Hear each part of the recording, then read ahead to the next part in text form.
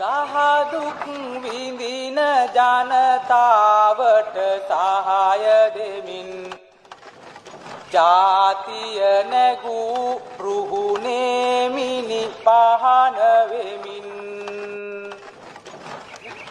මියගිය පියාගේ පියවර අනුව යමින් පොඩි පුතු පෙරට එයි ඔබ හැම පුබුදුවමින් ගිරිපාද ජනපදයේ ජනතාව අතරින් පුනර් උත්පත්තිය ලැබූ පර්සි මහින්ද්‍ර රාජපක්ෂ ශ්‍රී ලංකාවේ ලාබාලම මන්ත්‍රීවරයා ලෙස 1970 දී විවස්ථාදායකයට පිවිසියේය.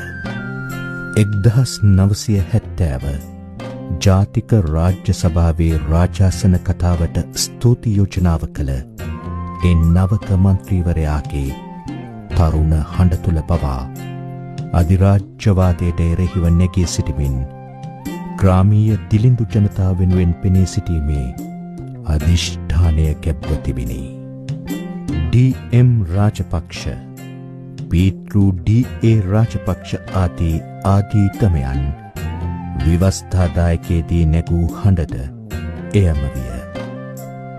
පුතු මහින්ද ඒ අතීත හඬේ ප්‍රතිරාවයයි. ගතිසුභ අතින් නම් තරුණ මහින්ද අම්මාට සමානය.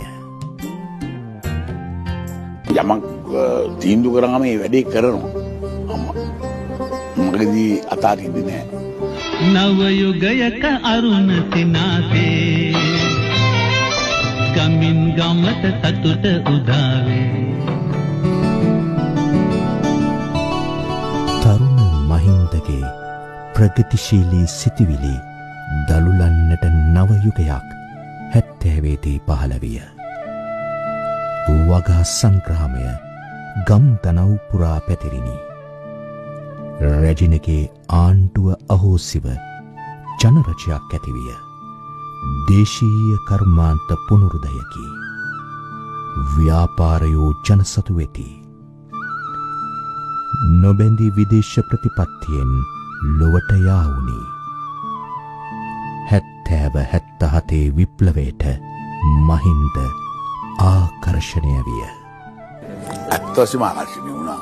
ඇති උනේ පුදුමාකාර සන්තෝෂයක්. අපි ගොවි පොලක් හැදුවා. ඒක හැබැයි කරේ සමුපකාරය අරන්. එතකොට චිත්‍රපටි ශාලාවක් බෙලියත් චිත්‍රපටි ශාලාව දැන් නම් වහලා. ඇඟලුම් මේවත් ඒ කාලේ ප්‍රදේශයට විකුණන්න එකක් ආරම්භ කරා. මේ විදිහට අපි අපේ පුළුවන් මට්ටමින් ඒ ආසනවලත් ඒ වගේ යම් ක්‍රියා කරා. උතුරු ප්‍රභාකරගේ දේශනය දකුණේ ජනතා විමුක්ති පෙරමුණේ භීෂණය සියල්ලටම වඩා ප්‍රේමදාස ආණ්ඩුවේ භීෂණය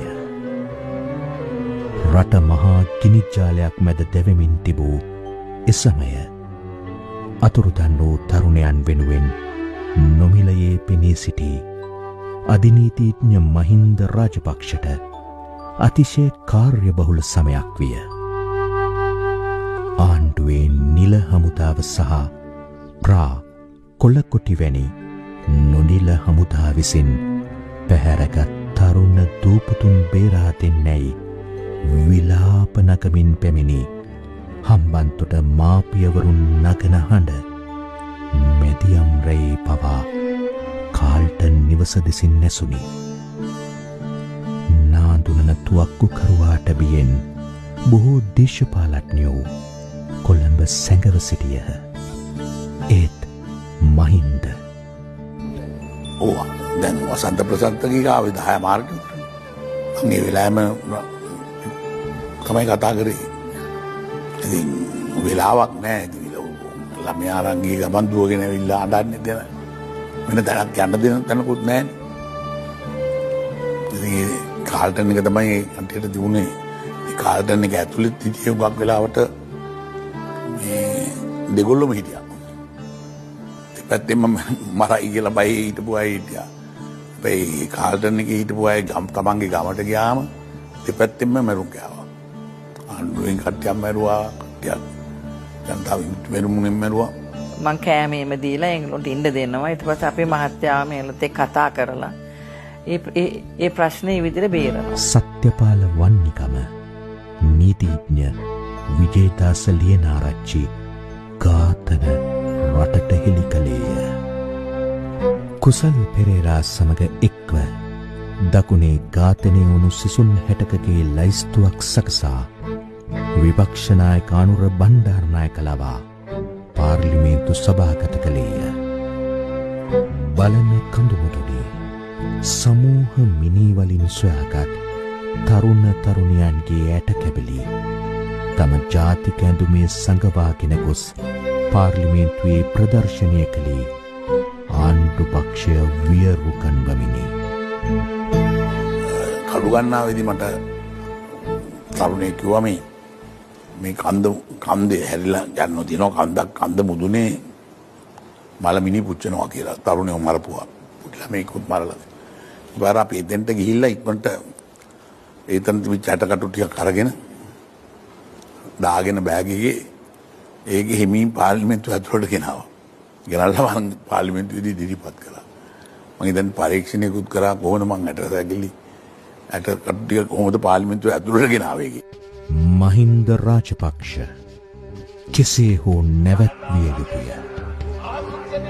මහින්ද රාජපක්ෂ 1988 කලවාන අතුරු මැතිවරණ ප්‍රචාරණ කටයුතු වලට ගොස් සිටියදී කාල්ටන් නිවසට වෙඩි වරුසාවක් සමග බෝම්බ ප්‍රහාරයක් එල්ල විය.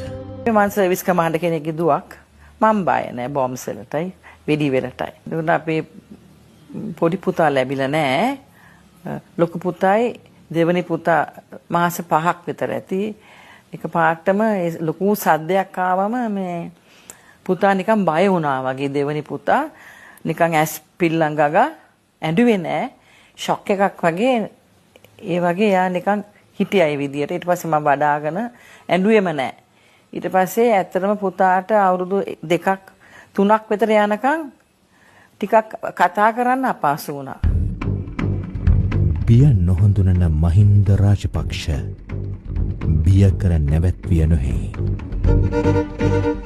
මර්ධනයෙන් ඔහු තව තවත් දිරිලව ශ්‍රී ලංකාවේ සිදුවන මිනිස්කමට නිගා දෙන අපරාධ ජිනීවා මානව හිමිකම් සමුළුවට වාර්තා කිරීමට සිදුවේය.